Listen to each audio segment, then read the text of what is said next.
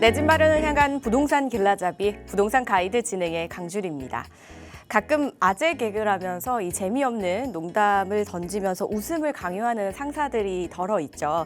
그들의 유머는 이제 분위기를 좀 살리기는커녕 오히려 직원들의 피로를 키운다는 분석이 나왔다고 합니다. 듣는 사람의 상황과는 맞지 않는 메시지, 이게 사실 반복되면은 신뢰는 좀 떨어지기 마련인데요. 지금 부동산 시장도 마찬가지가 아닐까 싶습니다. 바닥이다, 곧 반등한다라는 말은 계속해서 나오고 있지만 현장에서 느끼는 체감 경기는 여전히 좀 무겁기만 한데요. 과연 설 연휴가 지나면 부동산 시장도 좀 안정화를 되찾을 수 있을지 한번 지켜볼 필요가 있겠습니다. 이 부분 저희와 함께 해주시기 바랄게요. 방송 보시다가 부동산 관련해서 궁금하시거나 나에게 맞는 전략 필요하시다면 언제든지 전화 또는 문자 주시기 바랄게요. 02-2638-3962번, 서울 전화 02-2638-3962번으로 전화 주시거나 또는 샵 3989번으로 궁금하신 내용 적어서 지금 바로 보내주시기 바랍니다. 자, 그럼 부동산 가이드 오늘도 힘차게 출발하시죠.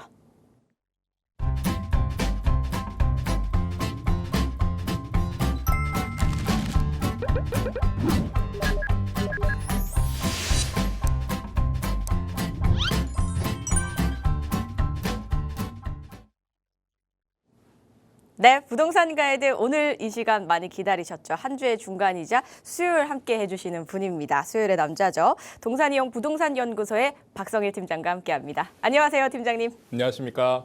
시청자 여러분 반갑습니다. 동산이용 박성일 팀장입니다.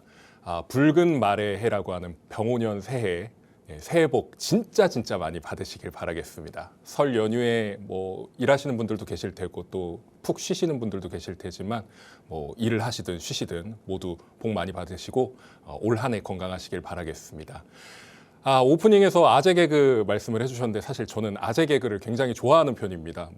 취향이신 분들도 있고 아닌 분들도 많은데 그런 부분들에 있어서 피로감을 느끼신다고 하니까 저도 좀 지양을 해야 될 것 같고요. 그리고 무엇보다 부동산 시장과 실물 경기가 좋지 않다 이렇게 말씀을 하시지만 사실 부동산 시장도 시장 나름대로 경기가 이제 끌어올려진 곳이 있고 아직까지도 위축이 된 곳들이 있습니다.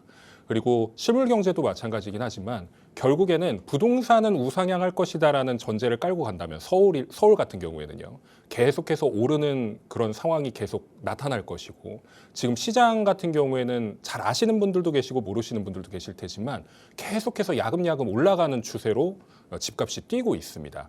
특히나 뒤에서 또 강의 드리면서 설명을 드리겠지만 외곽 지역, 노도강, 금강구 지역 같은 경우에는 거래량뿐만 아니라 집값도 같이 올라가고 있는 지금 흐름을 보이고 있거든요.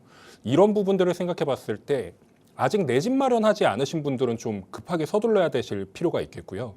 다주택자분들 같은 경우에는 급하게 처분하실 필요는 없습니다. 양도세 중과를 한다 이렇게 계속 얘기를 하고 있지만 결국에 조세 전가의 책임은 오롯이 나중에 매수하는 매수자들의 피해로 전가가 될 것이기 때문에 이런 부분들을 생각해 본다면 좀 부동산 좀 전체적으로 좀 넓게 봐야 되겠구나 이런 시야가 좀 트이시지 않을까 싶습니다. 오늘 강의 굉장히 유익한 내용들로 준비했습니다. 끝까지 시청을 부탁드리고 뒤에서 설명드릴 세미나도 많은 참석을 부탁드리겠습니다.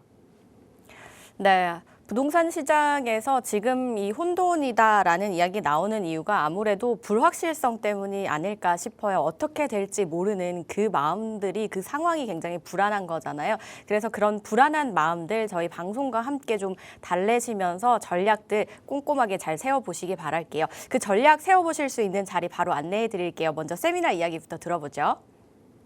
저희가 매주 목요일마다 세미나를 개최하고 있지만 안타깝게도 이번 주에는 쉬어갑니다. 저희도 설 연휴 전에 좀 미리미리 좀 준비를 많이 해서 다음 주부터 좀 세미나를 진행할 계획이고요.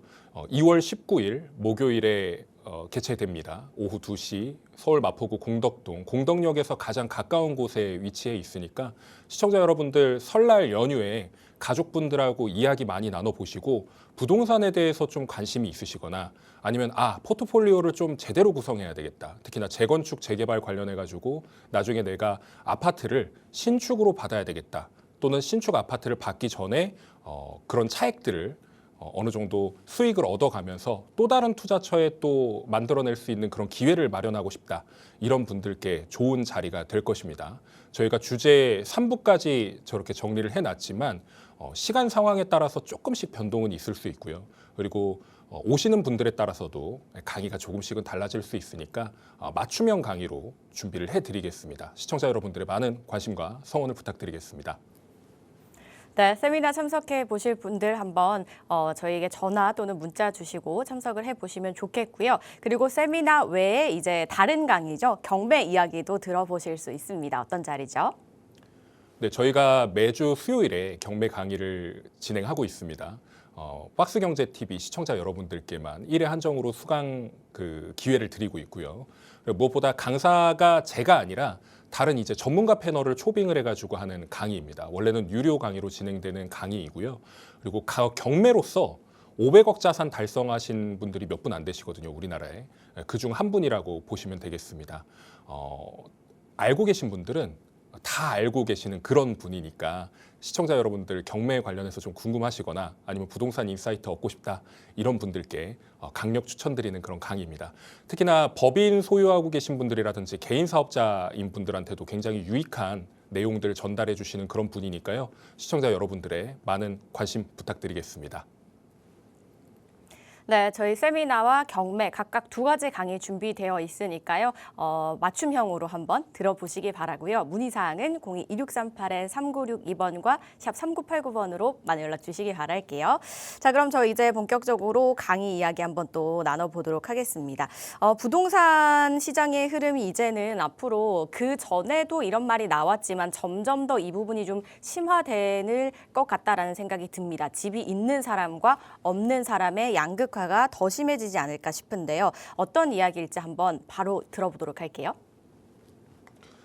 제가 어렸을 때 저희 집도 집이 없었습니다. 자가가 없었거든요. 근데 어떤 기회로 인해서 저희 아버지께서 집을 구매를 하셨고 내 집 마련을 하시게 됐는데 그때 내 집 마련을 안 했더라면 지금 어떤 상황이 됐을까 좀 감이 안 옵니다. 근데 지금 이런 상황이 제가 한 20여 년 전쯤의 이야기니까 시청자 여러분들은 공감이 간다라고 생각하시는 분들도 계실 거고 아직 공감을 못 하시는 분들도 계실 거예요. 그리고 또 원래 집이 있던 곳에서 태어났던 자녀분들 같은 경우에는 이해하기 굉장히 어려울 겁니다. 이게 나중에 내가 독립하고 나서 내 집이 없을 때 깨닫는 것들이 분명히 있거든요. 지금 오늘 제가 제목을 자가 있는 사람과 자가 없는 사람으로 나눠질 것이다 이렇게 말씀을 드렸던 것이 지금 사회 현상으로 목격되고 있습니다. 이런 부분들을 생각해 봤을 때 내가 집을 갖고 있으니까 자녀들은 천천히 준비해야지 이런 생각으로 접근하시는 게 아니라 지금 사회적으로 이렇게 문제가 되는 현상들을 자각하시고 최대한 빠르게 내 집 마련을 할 수 있게끔 도와주시거나 아니면 계속해서 설득을 하셔야 된다 이렇게 먼저 말씀을 드리겠습니다. 지금 설 연휴 때 이 방송이 한번 또 나가게 될 텐데 그때 이 방송을 보신다 그러시면 좀 깨달음을 얻으셔야 되는 방송이다. 이렇게 말씀을 먼저 드리고 강의를 시작하겠습니다. 자가 있는 사람과 없는 사람으로 나뉘게 될 거고요. 부익부, 빈익빈 가중될 거고 앞으로 양극화가 더욱더 심해져서 나중에는 서울에 집이 있어? 우와, 너무 부럽다. 이 얘기 하나로 끝나는 그런 상황이 생길 것이다. 이렇게 말씀을 드리겠습니다. 우선 지금 현 시장 상황을 좀 간략하게 설명을 드리자면 어제자로 국무회의가 개최되었고요. 그러니까 주요 내용이 결국엔 5월 9일 이후에는 다주택자 양도세 중과하는 걸로 가닥을 잡고 정리를 하겠다. 이제 더 이상의 유예는 없다. 이렇게 정리를 해놓으신 상황이고요.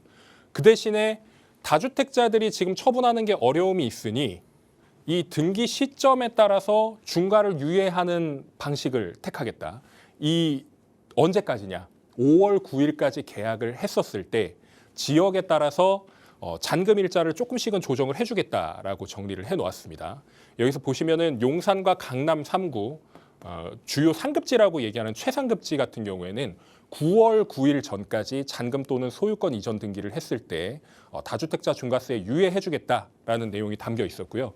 그 외 지역이라고 하는 곳은 서울의 21개 자치구, 용산과 강남 3구를 제외한 21개 자치구, 그리고 경기 남부의 12개 지역이 지금 토지거래 허가구역으로 묶여 있죠. 투기과열지구, 조정대상 지역 다 묶여 있습니다. 그 규제 지역을 포함한 지역들 같은 경우에는 6개월 이내에 잔금 또는 소유권 이전 등기를 해라, 등기를 쳐라 이렇게 이야기가 나왔습니다. 그래서 말씀드렸던 것처럼 9월 9일까지 그리고 이거 같은 경우는 11월 9일까지 정리가 되는 것이고 이게 다 적용이 되는 건 아닙니다. 임차인의 임대 기간 동안 실거주 의무를 유예하는 방침을 먼저 세워놨죠. 지금 토지거래 허가구역으로 묶여있는 아파트들은 바로 들어갈 수가 없지 않습니까? 그렇기 때문에 거래 자체가 안 됩니다. 토지거래 허가를 안 내주기 때문에 일반적으로 세입자들이 이제 퇴거하기 4개월 얼마 남지 않은 4개월 정도밖에 남지 않은 세입자가 남아있는 물건만 판매를 할 수 있고 그 외에는 매매를 하지 못하고 있는 상황이거든요. 그런데 그런 갭이 껴져 있는 물건들, 세입자가 들어가 있는 물건들도 처분할 수 있게끔 시행령을 바꿔줄게 라고 얘기가 나와 있는 상황이에요. 그래서 임대 종료 후에는 반드시 실거주. 예를 들면 세입자가 지금 1년 6개월이 남은 곳을 내가 매수를 했습니다. 그러면 이 매수한 것을 1년 6개월 뒤에는 내가 무조건 들어가야 된다. 이 전제 조건을 가지고 네가 구매할 수 있게 해줄게. 단 무주택자만 가능해 라고 명시를 할 계획이라고 합니다. 그래서 좀 헷갈리실 수 있는데 매수자는 무주택자여야 되고요. 파는 사람은 다주택자여야 됩니다. 그래서 일시적 2주택이거나 아니면은 뭐 1주택을 가지고 있는 사람이 세입자가 껴 있는데 이거를 처분을 하겠다라고 하면은 이거는 해당되지 않는다. 이렇게 말씀을 드릴 수가 있겠습니다. 이번 주 중에 시행령을 고쳐서 그 내용을 적시하겠다고 해놓았으니까 관련 내용은 계속해서 신문기사로 나올 것이라 보고 있습니다. 이재명 대통령이 계속해서 이야기를 하고 있습니다. 다주택자 규제하겠다. 망국적인 부동산 투기 이번에는 꼭 잡겠다라는 이 발언을 가지고 계속해서 이야기를 하고 있는데 계속해서 이렇게 얘기를 하니까 대통령이 얘기를 하니까 다주택자분들 같은 경우에는 좀 압박을 많이 받으신 것 같습니다. 특히나 매물이 계속해서 나오고 있는 그런 현장들이 있는데 핵심은 뭐냐면요. 매물은 많이 나오고 있습니다. 다만 가격 자체가 호가가 많이 떨어지지 않은 상태에서 나오고 있다는 것이 문제고 두 번째로 뒤에서 또 설명을 드리겠지만 매수할 수 있는 사람이 그렇게 많지가 않아요. 강남과 강남 3구 용산 이런 데 같은 경우에는 가격대가 굉장히 많이 올라가 있기 때문에 그 금액대를 받아줄 수 있는 사람이 그렇게 많지가 않다는 한정적이라는 겁니다. 그러니까 이런 부분들 때문에 문제가 또 될 수 있는데 일단은 계속해서 어필을 하고 계시죠. 특히나 등록임대주택, 주택임대사업자의 양도세 중과제의 특혜가 너무 과도하지 않느냐 이런 것들을 손보겠다 이런 으름장까지 놓고 계시고 대체 투자 수단이 생겼으니까 부동산에 자금이 몰리지 않겠지 이런 이야기들을 계속하고 계세요. 이 대체 투자 수단이 결국엔 주식이라는 얘기인데 과연 주식이 투기성인가 부동산이 투기성인가 이런 것들을 좀 따져볼 필요가 있습니다. 뭐 부동산도 투기다, 주식도 투기다 이렇게 말씀을 하실 수 있지만 뭐 순기능과 악기능이 다 나눠져 있기 때문에 그런 부분들은 좀 고민해 볼 필요가 있는 것이고요. 무엇보다 부동산 정상화를 위해서 다주택자 규제하겠다라는 내용을 계속해서 말씀을 하고 계신데 과연 부동산 정상화가 뭔가에 대한 부분을 좀 고민해 보실 필요가 있다라는 거죠. 이게 사람마다 생각이 조금씩은 다르고 뭐 경제 논리에 입각해서 생각하시는 분들 그리고 또 사회의 공적인 부분에 입각해서 생각하시는 분들 다 의견이 다르기 때문에 그런 부분들을 잘 판단하셔가지고 고민해 보실 필요가 있다 말씀을 드릴 수가 있겠습니다. 주요 지역에서 호가 낮추는 급매물 계속해서 나오고 있다고 말씀드렸죠.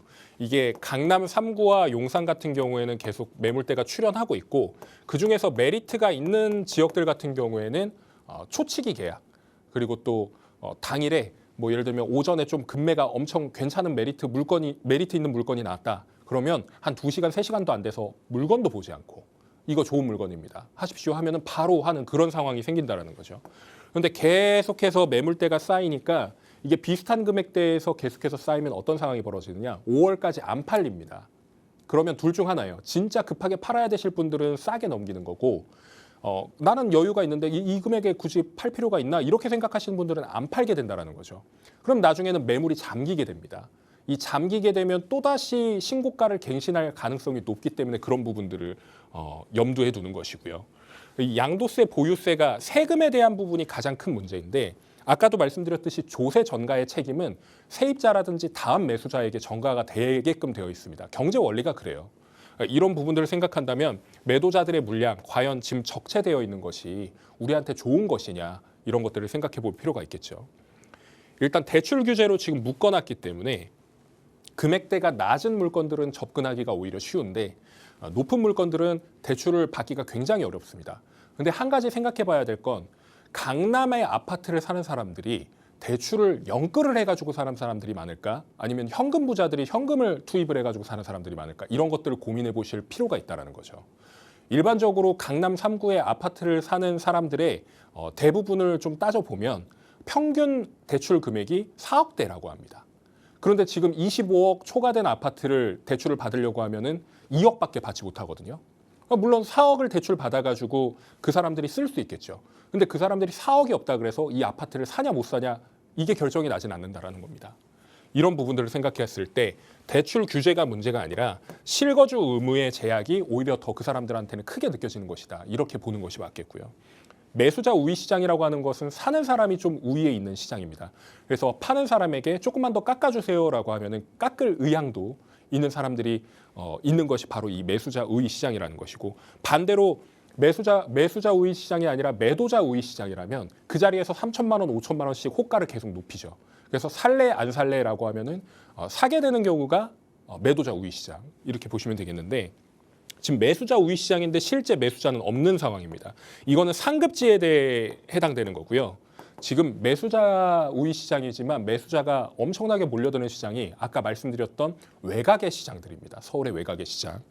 거기들이 번지게 되면 어떤 상황이 벌어지느냐? 점점 더 계속 불이 번지게 돼요. 싼 곳으로 계속 이동하는 겁니다. 거기에 세입자로 남아있었던 월세나 전세 세입자들이 이제는 집을 사야 되겠다. 그럼 자기한테 맞는 그 금액대의 아파트를 찾기 마련이죠. 계속해서 번지게 되는 겁니다. 지금은 현금 보유자들의 영역이기도 하죠. 내가 싸게 살 수 있는 절호의 기회가 5월 9일까지 남아 있는 겁니다. 그렇게 된다 그랬을 때 진짜 금매가 나왔을 때 잡을 수 있는 그 역량, 여력 이런 것들을 갖고 있는 사람들만이 살아남게 되는 것이고, 물건을 보지도 않고 계약금 입금하는 경우가 굉장히 많아지는 그런 상황이다. 이렇게 말씀을 드릴 수가 있겠습니다. 상급지는 예산이 부족한데 상급지 들어가고 싶은 사람들이 하급지에 과연 들어가느냐가 핵심인 거예요. 예를 들어서 뭐 성동구라든지 마포구를 보던 사람들이 갑자기 금천과 구로구를 보겠냐 이거죠. 사실 그런 곳들을 보다가 뜬금없이 그런 곳들을 보지 않는다라는 게 핵심이라고 말씀드릴 수 있겠고, 결국에 실거주하는 사람들이 가격을 올리게 되는 그런 상황이 생기기 마련이다. 지금 그 상황이 노도관 금관구에서 벌어지고 있다. 이걸 다시 한번 말씀드리겠습니다. 제가 그 재건축 대표단지 하나를 가져왔습니다. 잠실주공 5단지. 잠실 엘리트 바로 옆에 있는 재건축 단지인데 엘리트보다 비쌉니다. 엘스 리센츠 트리지움보다 더 비싼 아파트인데 왜 비싼가를 생각해 보면, 여기가 나중에 고층 아파트로 신축 아파트가 생기게 되면 그 가치 평가는 다시 받게끔 되어 있어요. 거기다가 초역세권 아파트가 되는 거죠. 거기다가 커뮤니티 시설 5세대 아파트로 탈바꿈되는 것이고, 그리고 거기에 고층 아파트가 들어선다는 것 자체가 랜드마크로 탄생을 한다는 얘기입니다. 그런데 지금 가격이 좀 떨어졌다라고 얘기를 하는데 매매 호가가 40억대더라고요. 제가 어제 확인한 바로는 1억 1천만 원을 낮췄다라고 해가지고 보니까 원래는 그러면 41억 5천만 원이었던 이 물건이 지금 40억 4천만 원까지 떨어졌다는 겁니다. 그런데 이게 앞자리가 바뀌어서 30억대 후반으로 바뀐다고 하더라도 과연 우리가 좀 생각해 볼 게 무엇인가 따져봤을 때 이 아파트 자체는 반년 전에 이 금액보다 훨씬 못 미치는 금액에 있었던 아파트였어요. 30억대 중반 하던, 뭐 1년 전까지만 하더라도 30억대 초반 중반 왔다 갔다 하던 그런 아파트였는데 불과 1년 사이에 거의 10억 가까이 오르는 그런 아파트였다는 거죠. 근데 과연 이 아파트 가격이 뭐 3억 4억 떨어진다고 해가지고 그게 굉장한 하락이라고 볼 수 있겠느냐, 급락이라고 볼 수 있는가, 이런 것들을 생각해 볼 수가 있습니다. 물론 마지막에 거래되었던 1월의 가격들이 41억, 40억 이렇게 형성이 되어 있지만 만약에 이 앞자리가 30 몇 억으로 바뀐다고 하더라도 이게 5월 달 이후에, 상반기 이후에 부동산 불장이 다시 한번 오게 된다 그러면 그때는 또 가격이 어떻게 변하겠습니까? 예, 이런 부분들을 생각해 볼 필요가 있다는 거죠. 제가 두 개의 사진을 가져왔는데 하나는 지금 마포, 용산 일대의 아파트 가격입니다. 화면에서 잘 보이시진 않겠지만 그냥 간략하게 설명을 드리자면 10억대 후반부터 많게는 30억대까지 있는 아파트들이 대부분입니다. 이쪽 지역들 같은 경우에는. 그런데 가격이 과연 떨어졌느냐에 물음에는 떨어지지 않았다라고 답할 수밖에 없어요. 왜냐하면 호가를 낮추지 않거든요. 아직까지는 여유가 있다는 겁니다. 그런데 5월 지나면은 여유가 사라지지 않을까? 그 물음에는 저는 아니오라고 답할 것 같아요. 이 사람들은 세금을 버틸 여력이 있는 사람들입니다. 간혹 한두 명, 두세 명 이런 사람들이야 세금 버티기가 어렵고 불안함에 휩싸여서 팔 수는 있겠죠. 근데 그것은 한정적일 것이다. 이렇게 보고 있는 것이고요. 다음 사진으로는 지금 노원구 일대 아파트 존을 가져왔습니다. 지금 여기에 분양 매매가를 살펴보면 10억대 이하가 굉장히 많거든요. 실거주자들은 이쪽으로 향한다라는 거죠. 비단 노원구뿐만 아니라 구로나 관악이나 이런 쪽이 계속해서 거래량이 증가하고 가격대가 높아지는 그런 흐름들을 보이는 이유는 결국엔 내가 성동이나 마포나 광진이나 동작이나 강동 이런 곳들을 갈 수가 없는 상황이기 때문에 그러면 내가 실거주하려면 여기라도 가야 되겠다. 대체 수단으로서 가는 그런 지역들이라는 거예요. 지금 이런 지역들이 역세권 가장 가까운 곳에서부터 불이 번지고 있다. 이렇게 말씀을 드리겠습니다. 지금 똑똑한 사람들은요. 내 집이 없던 사람들 아니면 내가 집이 있는데 한 채를 더 투자 목적으로 가져가야 되겠다라고 하신 분들은 진작에 준비했습니다. 그런데 이 진작에 준비하지 못하고 좀 머뭇머뭇거리다가 이제서라도 해야 되겠다 하시는 분들은 그래도 다행이에요. 그런데 아직까지 방송을 보시면서 애초에 내가 집을 살 생각도 없거니와 그리고 자녀들이 준비가 되어 있지 않았음에도 불구하고 나중에 가면은 또 기회가 있겠지 이렇게 안일하게 생각하시는 분들 같은 경우에는 나중엔 준비조차도 못하는 상황이 생기기 마련입니다. 제 주변에 굉장히 부동산에 관심 있는 사람들이 많고 특히나 부동산에 실전 투자하시는 분들이 많은데 지금 2030 사회초년생이라는 사람들은 원칙적으로는 내 돈을 벌어서 살 수가 없는 사람들이에요. 내 집 마련이 불가한 사람들입니다. 정말 아끼고 알뜰살뜰 모아야 고향 일산의 아파트 3억대를 사거나 아니면 노원구 일대에도 3억대 아파트들이 굉장히 많습니다. 물론 평형수가 적죠. 이런 것들을 그래도 어떻게 대출을 다 껴가지고 살 수 있는 그런 사람들인데 현명한 사람들은 이미 나이가 젊고 어림에도 불구하고 이런 아파트들을 매수했거나 매수하려고 준비하고 있다는 거죠. 그런데 이걸 사고 나서 굉장히 부정적으로 생각하시는 분들은 어떤 상황이 생기냐면 야 니네가 샀는데 부동산 안 오르면 어떡해? 별로 오르지도 않고 그러면은 인플레이션 따라가지 못하잖아. 너네 실패한 투자잖아. 이렇게 말씀하시거든요. 이 사람들은 내가 살 집을 사는 거기 때문에 실거주 목적으로 산다 그러면 그 인플레이션 이런 것들을 전혀 따지지 않고 일단 내가 살면서 버틸 수 있는 여력이 나와요. 그런 여력을 갖고 들어가시는 분들이 첫 번째. 그리고 3040 신혼부부도 마찬가지입니다. 이 6억대에서 10억대 사이의 아파트 대출이 생애 최초로 70%까지 받을 수 있고 그리고 6억대까지 받을 수 있습니다. 대출을. 물론 서민이 6억을 받는 것은 굉장히 어렵고 이걸 원리금 갚아 나가기도 쉽지는 않습니다. 특히나 예전에는 50년, 40년 만기로 잡을 수 있었던 것이 지금은 30년 만기로 고정이 되어 있다고 하면 한 달에 내야 될 원리금만 해도 거의 300만 원 돈 이렇게까지 간단 말이에요. 그 돈 내가지고 너네 집 사는 게 말이 돼 이렇게 생각하시겠지만 그 정도 여력이 되는 사람들이 굉장히 많다라는 겁니다. 우리나라에 집 있는 사람들 많고요. 돈 많은 사람들 굉장히 많습니다. 내 주변에 돈 많은 사람들이 없다고 해가지고 이거 다른 사람들이 부동산 해결 못할 거야. 이 생각을 가지시면 절대 안 된다는 얘기입니다. 실거주 무조건 해야 되는 상황이시라 그러면 내 집 마련을 1순위로 고르시고 정 안 됐을 때 내가 새방살이를 하는 것까지도 고려를 해야 된다. 이렇게 말씀을 드리겠습니다. 예시를 하나 가져왔습니다. 30대 A씨가 중소형 아파트에 3억 3천만 원짜리 아파트를 샀다고 치자고요. 그러면 이 사람 같은 경우에는 알뜰살뜰 잘 모았나 봅니다. 1억 2천만 원을 갖고 있고 대출은 2억 1천만 원을 받을 수 있다는 가정하에 그럼 총 3억 3천의 아파트를 샀는데요. 30년 만기에 금리가 3.8%고 만약에 원리금 균등 상환으로 한다 그랬을 때 월 100만 원 돈 정도를 갚아 나가게 되는 것입니다. 그러면 2년 동안 이 사람이 상환하는 상환 액수가 2,400만 원 정도가 됩니다. 근데 제가 화면을 계속 통해서 설명을 드릴게요. 2년 동안 집값이 5% 상승한다고 가정했을 때 그러면 1년에 대략 한 2.4에서 2.5%가 올랐다라고 치는 겁니다. 소비자 물가 상승 지수보다 현저히 떨어지는 그런 퍼센테이지라고 볼 수 있는데 사실 말도 안 되는 상승률이긴 하죠. 그런데 이런 상황이 생길지 몰라서 제가 만들어 놓은 겁니다. 매수는 3억 3천에 했고 만약에 시세가 약 3억 5천 정도의 수준이 됐다 그러면 내가 이걸 비과세 받고 팔았을 때 차액은 1,700만 원 정도가 되는 상황인 겁니다. 그러면 내가 대출 갚아 나갔던 거 그리고 자기 자본 아까 얼마라 그랬죠? 1억 2천만 원이라고 말씀드렸습니다. 그러면 이 1억 2천만 원을 그냥 예금에다가 2%짜리를 넣었다고 가정했을 때 이자 소득세 이런 거 신경 안 쓰고요. 예금 이자를 480만 원 받았다고 친다 그러면 차액은 1,132만 원을 내가 손해를 보게 되는 상황인 겁니다. 그런데 뒤부터 좀 상황이 달라지죠. 10% 상승했을 때는 내가 집을 산 게 오히려 득이 되는 케이스가 되는 겁니다. 468만 원을 벌었죠. 축하드립니다. 라고 말씀드릴 수 있는 겁니다. 15% 상승했을 때는 어떨까요? 차액이 2천만 원으로 넘게 불어나는 겁니다. 나는 아무것도 안 하고 2년 동안 그냥 집을 사가지고 열심히 원리금만 갚아 나갔을 뿐인데 1년에 1,000만 원씩 이득을 보고 있는 거예요. 물론 여기다가 재산세 뭐 세금 내고 뭐 하고 뭐 관리비 내고 이런 것까지 다 포함한다 그러면 차익이 없을 수는 있겠죠. 근데 핵심은 이겁니다. 20% 상승한다면요.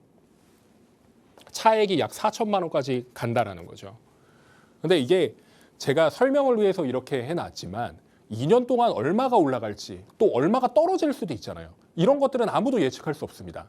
다만 이 올라가는 흐름폭이 앞으로 벌어질 그 상승폭이 굉장히 가팔라질 것이다라는 거예요. 하락한다? 말도 안 됩니다. 하락할 수 있는 뭐 그런 게 없죠.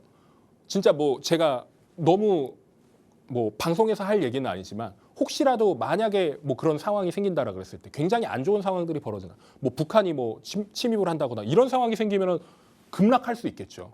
그런데 그런 상황이 생기지 않는다 그러면은 이런 상승까지도 기대해 볼 수 있다는 겁니다. 2년 동안에 20% 상승, 1년에 10% 상승하는 겁니다. 이런 걸 미리 겪어보셨잖아요. 이런 상황이 생길 수 있다는 거죠. 앞으로 3년간, 앞으로 5년간, 뭐 2030년까지 공급이 절벽이기 때문에 이런 상황이 벌어질 겁니다. 아파트 못 사시는 분들 같은 경우에는, 그러니까 실거주를 못하는 분들 같은 경우에는 이 소액 재개발 투자를 많이 했죠. 이 소액이라는 단어가 예전에는 불과 한 몇천만 원, 뭐 1,000만 원에서 한 5천만 원 정도의 수준이었다고 한다면 이제는 이 소액의 규모도 굉장히 커졌습니다. 1억에서 3억까지도 소액이라고 얘기를 많이 해요. 3억이라는 소리에 말문이 막히시는 분들도 계시고 이걸 소액이라고 봐야 되는 거야 라고 하실 수 있는데 다른 지역에서 내가 갖고 있던 주택을 양도를 해서 그 양도 차익이 막 뭐 10억 뭐 아니면 8억 뭐 이렇게 가지신 분들이 또 투자를 하시고 그런 상황들이 생기는데 그런 분들 같은 경우에는 그냥 보편적인 투자금이에요 라고 말씀을 드릴 정도로 얼마 되지 않는 금액으로 바뀌었어요, 시장에서는. 근데 이 소액 같은 경우에도 지금 1억에서 3억대라고 말씀드렸지만 결론만 말씀드리면 서울에서 1억에서 3억대 투자할 수 있는 지역은 한정적입니다. 이제 더 이상 상급지에 들어갈 수 없는 금액이고요. 만약에 들어간다 그러면 그건 사기입니다. 그런 부분들을 꼭 생각해 보시기 바라겠고 지금 사회초년생들이 1억, 2억대 재개발 투자해가지고 돈 많이 벌었습니다. 물론 지금 팔질 않았기 때문에 차익은 없지만 앞으로 차익은 더 발생할 겁니다. 재개발이 이루어진다 그러면 거기서 재개발 기대감 때문에 쭉 올라가는 그걸 느꼈을 때 이 사람들은 40대가 되면 성공한 인생을 살게 되는 거예요. 3040 실거주 같은 경우에도 투자를 분리를 해서 내가 월세나 전세 같은 경우에도 뭐 대출을 이용하면 좋겠지만 요즘 대출 받으면 집을 또 못 삽니다. 그런 상황들 때문에 월세 거주하고 재건축이나 재개발에 투자를 해서 버티는 거죠. 몸테크하는 경우가 굉장히 많이 늘어났습니다. 제 주변에도 이런 지인들이 굉장히 많습니다. 근데 비단 제가 말씀드리는 제 주변의 지인 하지만 부동산에 관심이 많고 재개발, 재건축 투자하시는 분들 주변에는 이런 사람들만 껴 있어요. 신축 아파트가 항상 뭐 얼어 죽어도 신축이다 이런 얘기들을 많이 하지 않습니까? 결국에 뭐 5년이 됐건 10년이 됐건 앞으로도 신축 아파트는 희귀할 겁니다. 그런 아파트들을 너도 나도 들어가고 싶기 때문에 우리나라 사람들은 새 거 굉장히 좋아하잖아요. 그 새 거 찾는 사람들이 계속해서 접근을 한다는 거죠. 그리고 상급지에서 많이 올랐고 여기를 팔아서 나는 좀 쾌적한 공간에서 살고 싶어. 이런 분들이 대형 평형으로 오시는 경우도 있습니다. 내 노후를 위해서. 이제 더 이상 상급지에 머물 필요가 없다고 생각하시는 분들이 간혹 오기도 해요. 물론 그렇게 할 필요는 없는데 그런 케이스도 있다라는 겁니다. 그런 부분들을 생각한다 그러면 신축 아파트에는 무조건 투자를 해야 되겠다. 이런 생각은 좀 각인을 하시고 접근하시는 게 중요하겠고요. 지금 주식 시장이 말도 안 되게 계속해서 올라가고 있습니다. 이 오름세가 상반기 내내 이어질 것이다라고 전망하시는 분들도 계시고, 아니다, 이제는 좀 조정장이 올 것이다, 한 10%에서 20% 정도를 고려하는 분들도 계신 것 같습니다. 특히나 뭐 주식을 운용하는 운용사에서마저도 한번 조정은 올 것이다 이렇게 얘기할 정도로 굉장히 가파르게 올랐죠.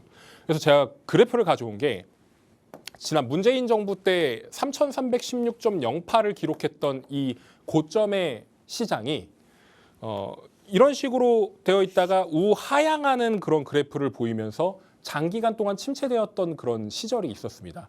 물론 여러 가지가 묶이게 되면서 시장 상황에 따라 떨어진 부분도 있겠지만 한 번 침체가 오기 시작하면 회복하기가 어려운 시점까지 올 수밖에 없다라는 거죠. 근데 되게 재밌는 사실은 이전에도 이런 식으로 가파르게 올랐는데 우리가 이쪽을 만약에 확대를 한다 그러면 장기간 봤을 때 우리가 뭐 나중에 코스피가 10,000까지도 찍을 수 있고 뭐 언젠가는 20,000을 찍을 수도 있는 그런 날도 오겠죠. 그때 가면은 이때가 잠깐 풍파일 거야라고 생각했던 그런 시기들이 이런 식으로 조정장이 와버리게 되면 사람들은 어떻게 이동을 하느냐. 주식시장에 머무르지 않습니다. 왜? 주식시장에 머물러 있어도 상승이 좀 가파르게 올라가 줘야 내가 상승폭이 커지는데 계속해서 왔다 갔다 보합장을 거치게 되면 어떻게 됩니까? 뭐 아무런 움직임이 없죠. 그래서 주식 팔아 서울로 집을 사는 겁니다. 제가 자료를 하나 가져왔는데 어제자로 신문에 이런 얘기가 나오더라고요. 2025년 7월부터 12월 사이에 주택 매수에 활용됐던, 요즘에는 자금 출처를 조사를 하기 때문에 그 자금이 어디서 났는지 다 항상 소명을 해야 됩니다. 그 소명 자료에 따르면 2021년부터 2025년까지 과연 어떻게 바뀌었느냐. 이 주택을 사는 데 있어서 주식을 얼마만큼 팔아가지고, 채권을 얼마만큼 팔아가지고 거기다 보태 썼느냐. 이 금액이거든요. 21년까지만 하더라도 2조 58억 원을 썼는데 22년도에는 마이너스 71.3%까지 떨어졌었습니다. 그러니까 주택에 매수하는 그 부분도 많이 위축이 되었었다라는 거예요. 근데 불과 1년도 안 되는 사이에 다시 가파르게 올라가게 됩니다. 22년도에 한번 꼬꾸라지고 나서 23년도부터 계속해서 오르는 거예요. 주식에 있는 돈을 빼가지고 내가 집을 사야 되겠다. 이런 생각을 가진 사람들이 2023년, 2024년, 2025년, 심지어 2026년 지금 2월인 현재까지도 계속해서 주식을 팔아가지고 그 매도 차익을 가지고 집을 산다라는 겁니다. 집 사는데 보태 쓰자 해가지고 주식을 팔아서 쓰는 거예요. 이런 게 데이터로 나와 있는데 이걸 부정하죠. 주식을 하는 이유는요, 결국에 집 살려고 하는 사람들이 대부분입니다. 자산이 적은 사람들은요, 그냥 용돈 벌고, 그리고 또 만약에 가능하다면 월급만치 벌어서 여행을 가든 아니면 내가 사고 싶은 거에 쓰든 이런 사람들이 많거든요. 근데 이게 덩어리가 점점 불어나게 되면은 욕심이라고 하면 욕심이겠고, 목표라고 하면 목표라고 할 수 있을 것 같아요. 결국에 목표가 우리는 내 집 마련이기 때문에 그 내 집 마련에 보태 쓴다는 얘기입니다. 21년도 6월 4일자에 신문기사를 하나 발췌해서 가져왔습니다. 보유세, 양도세를 강화했던 시기가 있었습니다. 이 강화했던 시기에 핵심적인 내용을 살펴보자면 6월 달에 강화된 다주택자의 보유세, 재산세하고 종부세죠.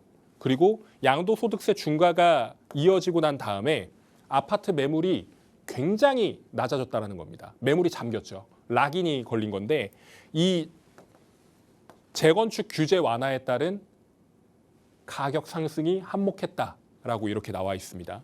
이게 지금 어떤 상황이 될 거냐면요, 판박이에요. 그래서 항상 시즌2 이렇게 얘기를 하는 이유가 그때와 비슷한 상황이 계속해서 똑같이 전개되고 있다는 겁니다. 세금 올린다고 계속 얘기를 하죠. 그런데 지금 공급이 부족합니다. 그럼 공급이 부족한 걸 해결하기 위해서 어떻게 해야 되느냐? 공급을 늘려야죠. 그러면 공급을 늘릴 수 있는 방안이 뭐가 있습니까? 신도시 개발이 있죠. 택지 개발이 있습니다. 그것 외에는 뭘 해야 되나요? 정비 사업을 통해서 만들어야 되는데 지금 서울 안에 정비 사업이라고 하는 재건축 재개발을 막고 있단 말이에요. 만약에 이걸 도저히 공급 대책이 없는데 그러면 이거라도 풀어주자. 재건축, 재개발 규제를 푸는 순간 집값이 또 거기서 기하급수적으로 올라가는 겁니다. 그런데 되게 재미있는 사실은요. 제가 방송 들어오기 전에 계속해서 항상 뭐 신문 같은 거를 체크를 하는데 리스트업된 내용 중에 하나가 뭐였냐면 재건축, 재개발하는 데 있어서 사업 단계를 축소시키거나 아니면 생략할 수 있는 부분들을 생략할 수 있게끔 법을 개정한다는 내용이었습니다. 재건축 규제 완화, 재개발 규제 완화, 규제 완화가 되는 순간 또 올라가게 되는데 똑같은 상황을 지금 두 번째 경험하게 되는 그런 상황이 생기는 거예요. 되게 재밌어질 겁니다.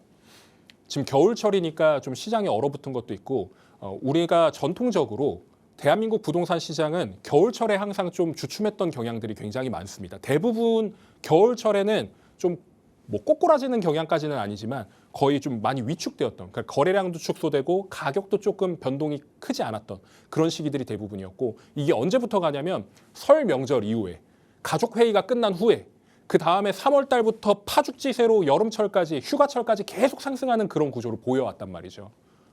이번에도 똑같지 않겠습니까? 좀 다를 거라고 생각하시나요? 그런 부분을 생각하신다면 옛날에 이런 기사들이 있었는데 지금 5년이 지났습니다. 이제 5년 다 돼가는데 과연 어떤 기사가 나올까? 이런 것들을 좀 살펴보시면 재밌게 살펴보실 수 있겠습니다. 전세는요. 지금 점점 축소되고 있습니다. 예전에는 전세가 60%고 월세가 40% 비중이었거든요. 민간에서 그 임대하는 그 비중이. 그런데 이게 바뀌었습니다. 전세가 지금 40%로 축소됐고요. 월세가 60%로 올라갔습니다. 여기에는 반전세라고 하는 보증금을 축소시키고 월세를 올리는 그 월세까지도 포함입니다. 그래서 지금 마포구 신축 아파트급 준신축 아파트 이런 곳들에서는 다 보증금을 축소시키고 월세를 높이는 그런 방향으로 반전세들이 굉장히 많다고 하는데 지금 이 월세 시장 전환이 계속해서 가중되고 있고 선진국들에서도 이런 월세 시장이 계속해서 상승하고 있는 추세를 보이고 있어요. 특히나 미국이라고 하면은 막 월세가 300, 400 한다고 하지 않습니까? 원룸임에도 불구하고. 그런 시장이 우리나라에서도 지금 벌어지고 있는 상황이다. 그렇게 볼 수 있겠고요. 민간의 공급 위축, 지금 민간에서 임대를 하고 있는 걸 다주택자를 때려잡겠다라는 내용을 가지고 계속해서 그렇게 위축을 시키고 있는데 나중에는 이걸 어떻게 풀어야 되냐면 공공 그리고 리츠라고 하는 그런 회사를 통해서 그리고 외국 자본, 그러니까 외국에서 이제 투자를 합니다. 임대 시장에 투자를 하는데 이게 결국에 어떤 결과를 만들어내느냐. 우리가 가장 싫어하는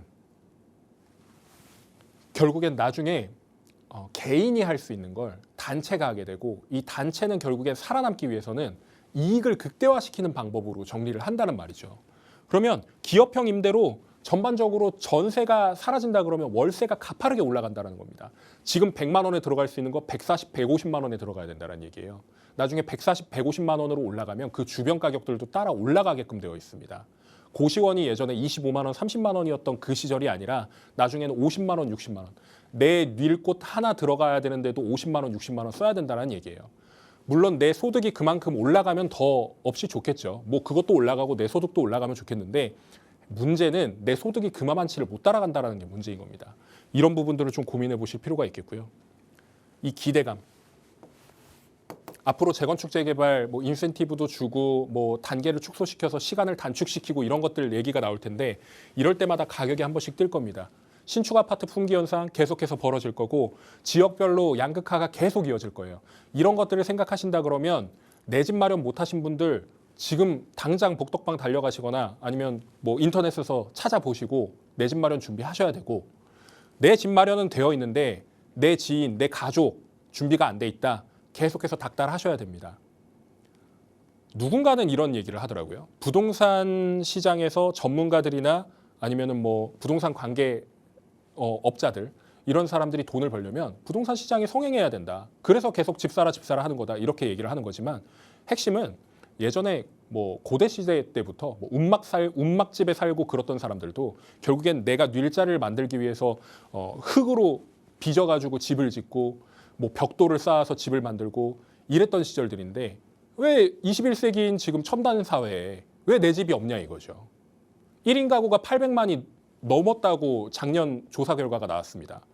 1인 가구가 800만이면 더 늘어난다는 얘기예요. 1인 가구 곧 있으면 1000만으로 올라갑니다. 가족의 단위는 점점 축소되고 있고 앞으로 필요한 집들은 더욱더 늘어나는데 서울 같은 이런 수도권 지역에서는 집이 모자란다라는 결과가 나오게 됩니다. 그럼 너도 나도 집 살려고 아등바등 하는데 그때는 내 집이 없죠. 한참 올라가 있으니까. 그런 고생을 안 하시게끔 하기 위해서는 지금 미리 준비를 하셔야 된다. 이렇게 말씀드리겠습니다. 마지막으로 이 사진 하나 보여드리고 싶어요. 제 지인들을 오늘 굉장히 많이 말씀을 드렸는데 제 지인분들 중에 이런 그림을 볼 수 있는 그런 분들이 계십니다. 샀던 사람과 사지 못했던 사람. 딱 이 표정이에요. 여러분들은 어떤 사람이 되고 싶으신가요? 왼쪽 사람이 되고 싶으신가요? 오른쪽 사람이 되고 싶으신가요? 내가 왼쪽 사람이면 내 주변에 있는 사람들도 왼쪽 사람이 될 수 있게끔 도와주십시오. 올해 같은 경우에는 굉장히 모두가 해피한 그런 날들이 됐으면 좋겠습니다. 꼭 준비하셔서 목표 달성하시길 바라겠습니다. 오늘 강의는 여기서 마치겠습니다.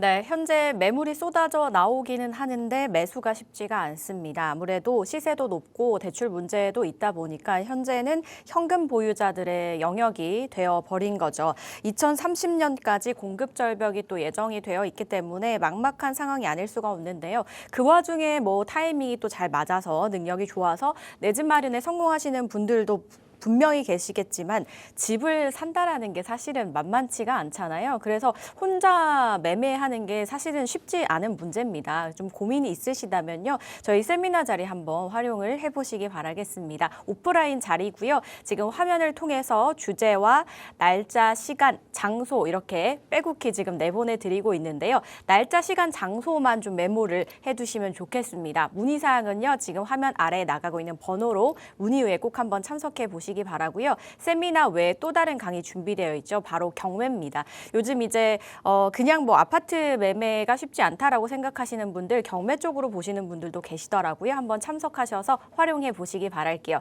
역시나 장소는 같고요. 날짜와 시간이 다르니까 세미나와 혼동 없이 한번 참석해 보시기 바랄게요. 02-2638-3962번과 샵 3989번으로 문의 후에 참석해 보시기 바랍니다. 저희 이렇게 강의 들어봤고요. 빠르게 상담으로 넘어가 보도록 하겠습니다. 문자 많이들 좀 보내주셨는데요. 첫 번째 문자는요. 3001번님께서 보내주셨습니다. 성산동 모아타운 4구역 빌라 한 채를 가지고 있습니다. 투자금 1억대일 때 투자를 했는데 최근에 많이 올랐다고 하더라고요.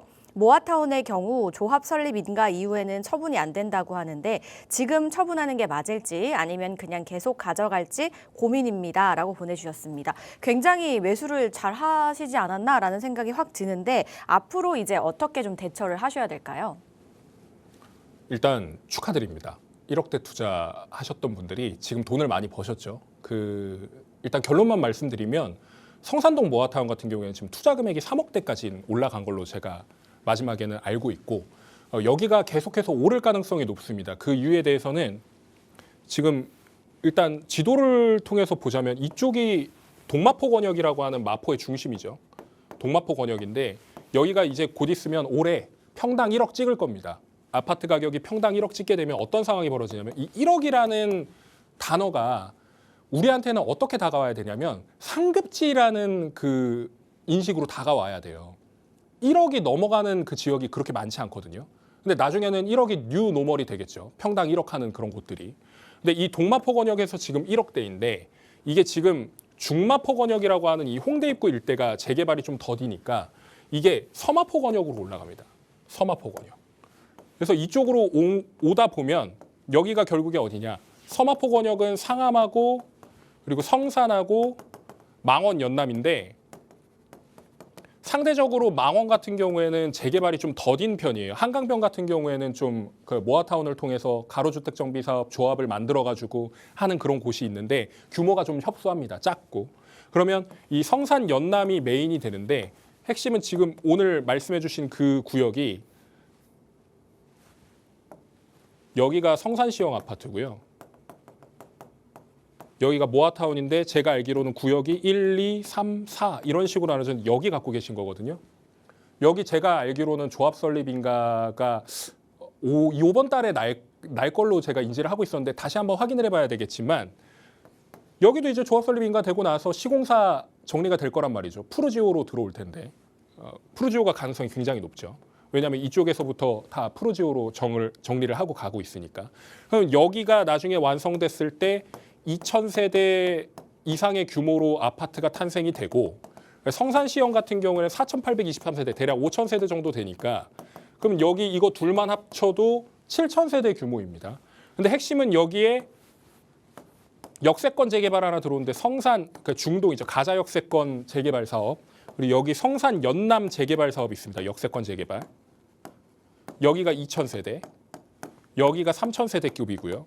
여기 또 안 보이지만 마포구청역 역세권 재개발 사업을 통해서 완성이 되면 여기도 3,000세대급으로 나옵니다. 그러면 이걸 다 더한다고 가정을 했을 때 여기에는 아파트가 총 몇 세대가 있느냐 이런 것들 따져본다면 대략 신축 아파트로 들어오는 것들만 따져봐도 거의 한 17,000여 세대가 들어오는 거예요. 미니 신도시라고 얘기를 하는 노량진 뉴타운 같은 경우에도 10,000가구 정도가 됩니다. 10,000가구가 조금 안 될 겁니다. 그런데도 가격이 가파르게 치솟고 있는데 이 성산시형이 강북 최대 재건축 사업이라고 하는 걸 얘기를 들어보면 와, 성산시형이 굉장히 가치평가를 높게 받고 있구나. 나중에 대여가 되겠구나. 이게 아니라 성산시형의 주변에 있는 애들을 좀 눈여겨보셔야 되는 거죠. 근데 1억대 투자 들어가실 때만 하더라도 긴가민가 하셨을 텐데 앞으로 여기 이 권역 계속해서 가격 올라갑니다. 지금 제가 3억대 투자라고 말씀드렸지만 앞으로 4억, 5억, 6억 이런 식으로 가게 될 거예요. 모아타운은 속도가 굉장히 빠른 재개발 사업입니다. 그래서 1구역 같은 경우에는 벌써부터 건축 심의를 끝내놓고 그리고 이제 곧 있으면 조합원 분양 신청한다느니 이런 얘기들이 나오고 있거든요. 그럼 여기마저도 불과 몇 년 사이에 나중에는 내가 지금 조합 설립 전에 팔아야 될까요? 이거 말씀하셨지만 만약에 지금 조합 설립이 곧 임박하고 아니면 혹여나 됐다 그러면 여기는 이제 더 이상 팔기가 어렵죠. 그 5년 보유 3년 거주였나요? 조건이. 그렇게 된다 그랬을 때 난 결국에 못 파는 거예요. 그럼 그냥 계속 끝까지 끌고 가야 되는 건데 끝까지 끌고 가면 나중에 좋은 결과 있으실 겁니다. 나중에는 아파트 신축이 내가 몇 평을 받는지 25평을 받을지 34평을 받을지 이런 거 선택하는 데 또 재미가 있으실 거고 두 번째로는 분담금이 너무 많이 나올 것 같아요. 불안해요 라고 하시지만 분담금은 한 6년에서 7년 뒤에 고민해 보실 그런 거예요. 그리고 나중에 내가 못 들어간다 그랬을 때 나중에 전세 세입자 받아가지고 그냥 정리를 하십시오. 그렇게 된다 그랬을 때 여기는 그때 가면 이미 20억대 아파트 이상으로 올라가 있기 때문에 내가 1억대 투자했잖아요. 근데 20억대 아파트가 나온다? 안전마진 뭐 이런 거 충분히 다 따져보고 내가 들어가는 비용들 다 따져봐도 10배 이상의 수익이 나오는 곳이 바로 여기입니다. 그렇기 때문에 지금 갖고 계신 거 굉장히 좋게 보고 있고요. 지금 처분하실 계획이셨지만 정말 자금이 급하시다거나 이러시면 처분을 하십시오. 다만 내가 그냥 아무런 생각과 계획 없이 그냥 정리하려고 생각하신 거라면 저는 절대 반대입니다. 지금 여기 들어가려고 했던 사람들 그리고 역세권 재개발 이런 거 지금 관심 갖고 계신 분들이 굉장히 많거든요. 여기는 나중에 들어가고 싶은데 못 들어가는 그런 구역이 될 거예요.